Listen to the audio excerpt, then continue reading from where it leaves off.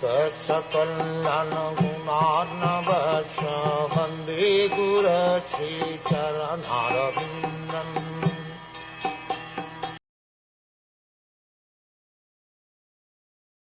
Thereupon, the supplementary Vedic literature, Srimad Bhagwatam, which was described by the personality of Godhead and which contains 10 characteristics, was told with satisfaction by the father, Brahma, to his son Narada. Although the Srimad Bhagwatam was spoken in 4 verses, it had 10 characteristics, which will be explained in the next chapter.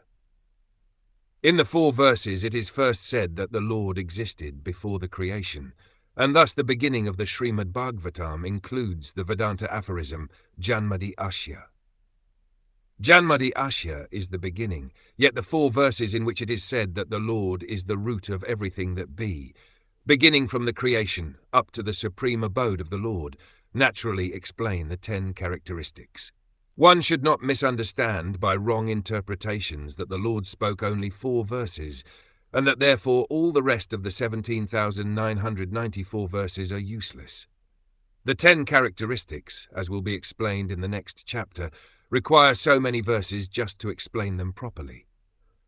Brahmaji had also advised Narada previously that he should expand the idea he had heard from Brahmaji.